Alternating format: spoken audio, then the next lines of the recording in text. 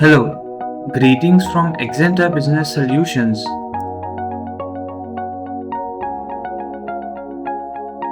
In this video tutorial, we shall understand how the purchase order cycle works in AxantaERP. So let's start. To start with, first we'll see how to create a purchase order. To create a new purchase order, you need to click on this menu, then go to the purchase module. So this will take you to the request for quotation page. So in a purchase order cycle, the first stage is to create a request for quotation, that is RFQ. An RFQ is a document that businesses sends to the supplier to request pricing and availability for specific products. Here you can view all your existing purchase orders that are currently in the RFQ status. So now to create a new purchase order, we'll click on this new button. Now first, in this vendor field, we need to select the vendor from whom we are purchasing the products. So here you will find the list of vendors. Here you can type the name as well and you can search for the vendor. So let's select this vendor. Then here, if you have any vendor reference, so you can enter the vendor reference here. Then here in the currency field, you can find all the currencies that are activated in the system. So you can manually also select the currency from here. So as soon as you will select the currency, the exchange rate for this currency that has been set in the system according to this order deadline date will be coming. So based on this order deadline date, this exchange rate will be displaying. You can also set a default currency for this vendor. So once you have set the default currency, so in future whenever you will create a purchase order with this vendor, the default currency will automatically reflect. So to set a default currency on this vendor, you need to click here.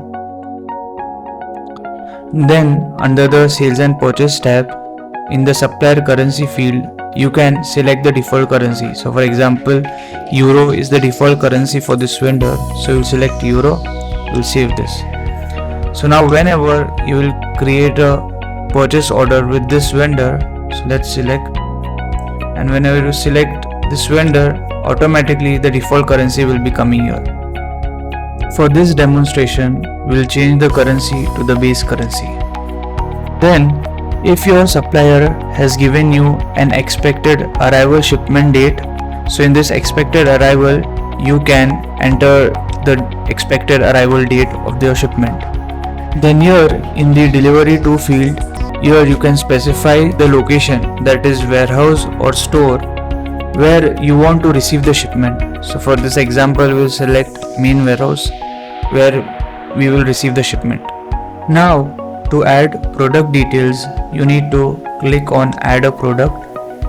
Here you can search the product by its name, barcode, product code and so on. Here you can even click on search more, and from the search bar tab you can search for the products. So for example, let's select this product. Then once you have selected the product, here under the quantity you can enter the quantities that you are purchasing. Here you can enter the unit of measure and here you can enter the unit price. Then here, as you can see, we have taxes column as well. So if tax is applicable to your business, you can select the tax type as inclusive or exclusive according to your requirements. So for example, let's select this exclusive tax. So as soon as we'll select this tax, automatically the system will calculate the total tax, what is the total and the subtotal. Then there is discount amount and discount percentage column as well. So if your supplier is giving you any discount, so you can enter the amount or percentage accordingly. Now if you want to review or see the purchase history of this specific product, you can click on this purchase history icon. Here you can see all the purchase and returns of this specific product with this vendor. And if you remove this vendor filter, Here it will show you all the purchases and returns with all the vendors. Here you can see the purchase order number, the date, who was the vendor, what all quantities you have purchased and at what unit price.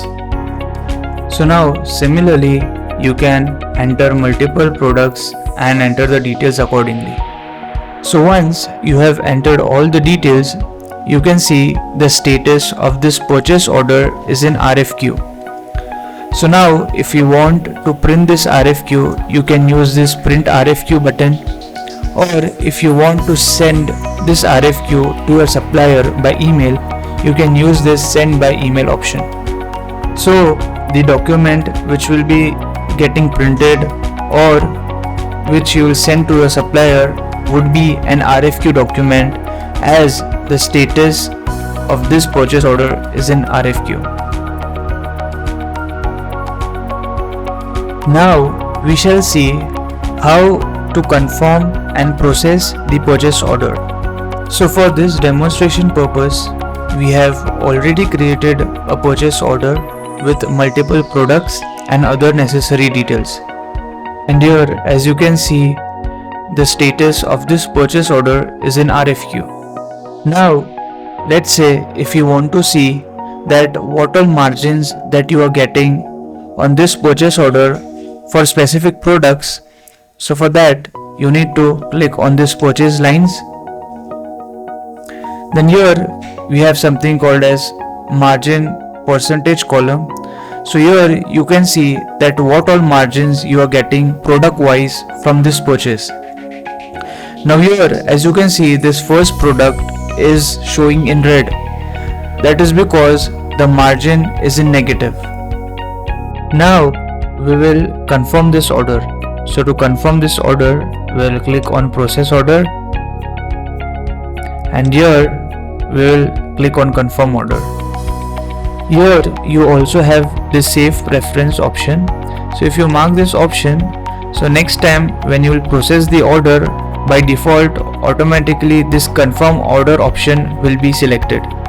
Then here you can see the gross amount, the discount amount if there is any discount entered, then untaxed amount if there is any VAT or taxes you have entered, and you can see the taxes amount as well. And here you can cross check the total. Now here you have the option of print also. So if you take this option, you can either print the purchase order or RFQ as per your requirement. And if you don't want to print from here, you can simply untick this option. So now to confirm this order, we will click on OK. As soon as we have confirmed this order, as you can see the status has changed from RFQ to purchase order. Then if you want to print this purchase order, so you can just click on this print button, and here you can select the purchase order to get the printout. While taking the purchase order printout, you have various printing options. So if you will see in the other information tab, under print related, you have various options like print discount online, print barcode, print product code and name, print date required, and so on. So as per your requirements, you can select any of the options and you can use it. Now if you want, you can also send this PO to a supplier by email by using this send PO by email option. So you need to click here,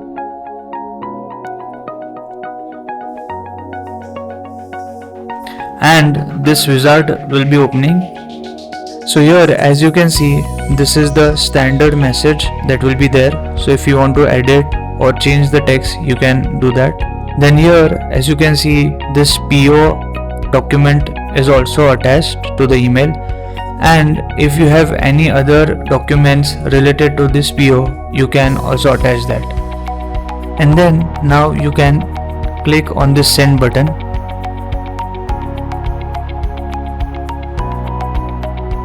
So now this PO has been sent to a supplier by email, and in the logs, if you scroll down, you will find the logs as well.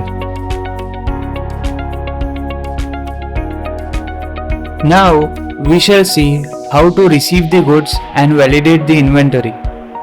Now once we have confirmed this purchase order, here as you can see one received shipment has been created. So let's click here, and here you can see a received shipment has been created and the shipment number is also automatically has been generated. And as you can see the status of this shipment is in ready. Then here in the posting date you need to select the date on which you have received the physical goods. So let's select this date for example. Kindly note that based on the posting date your inventory will be impacted and the stock movement report will be generated. So ensure that it is entered correctly. Now if you have received all the quantities that you had ordered or demanded, then you need to click on this initial demand button. So as soon as you will click on this button, in the done quantities all the quantities will be updated.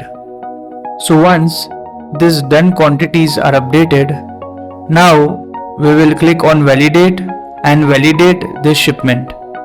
So now we'll click on validate. Then from here you can cross check your posting date. So if there is a need you can change the posting date from here as well. And now we'll click on yes and validate the inventory. So as soon as we have validated the shipment, the status of this shipment has changed from ready to done. So on validating the shipment, your inventory has been impacted and the stock on hand for these products has been increased. So this is how you can receive the goods and validate the shipment. And if you go back to the PO, here you can see that what all quantities you have received and what all quantities you have ordered. Kindly note, you can receive the shipment either from the purchase module or from the inventory module. For example, if your warehouse team is responsible for receiving the products, then they will use the inventory module as they may not have the access to the purchase module.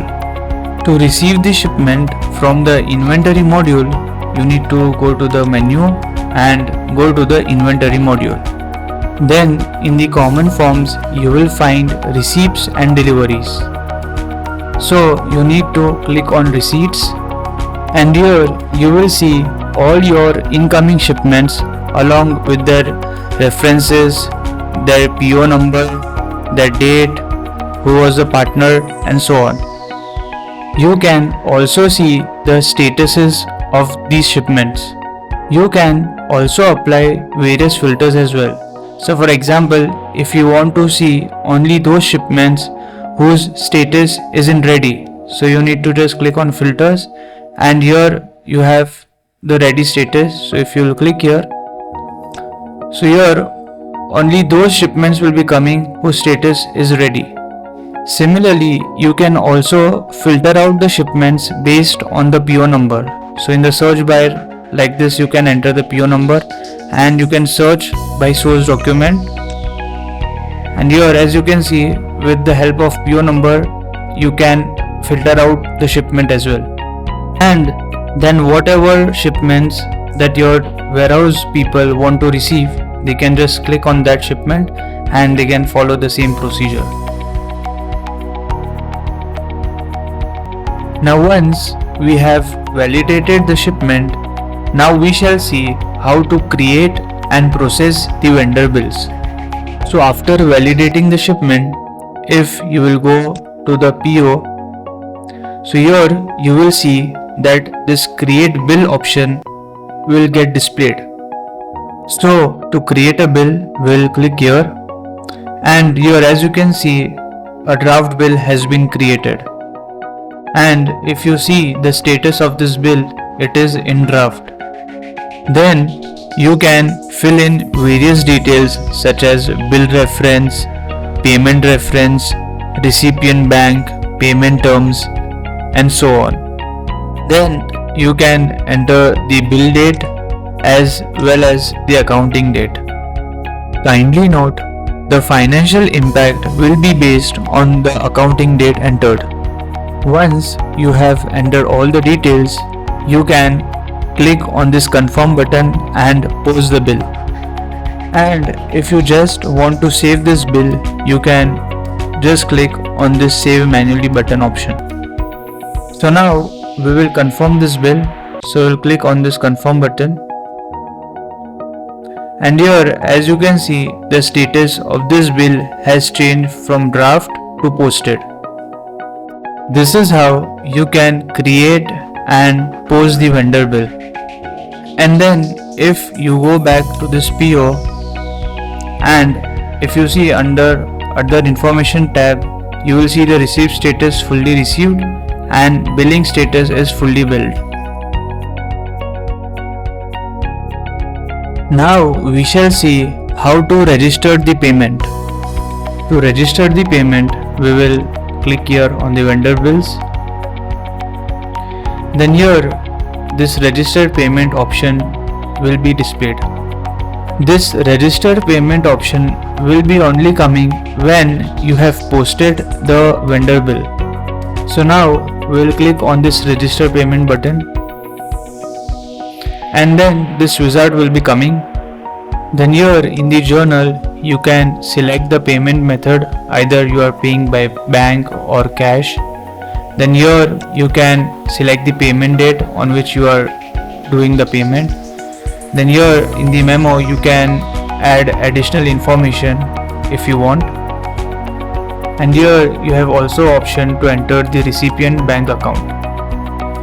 Once all the details are entered, you need to click on create payment option. So we'll click on create payment, and then here as you can see this bill is marked as paid, and here if you will scroll down, here the amount due is 0, and here you can also see that this payment is paid on which date. Now let's understand the accounting impact. Now there are two accounting impacts that has happened. The first accounting impact has taken place when we validated the shipment, and the second accounting impact has been done when we had confirmed the vendor bills. So let's understand. So first click on the receipts, then here click on the accounting entries to view the journal entry that has been created. So now switch to the pivot view for better understanding of the accounts affected.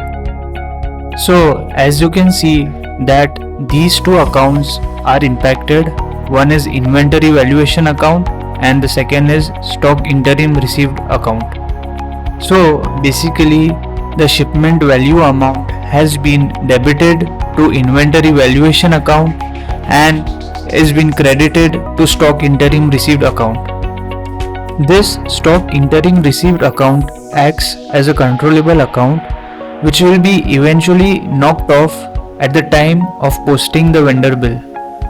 So eventually the balance of this interim account will be 0.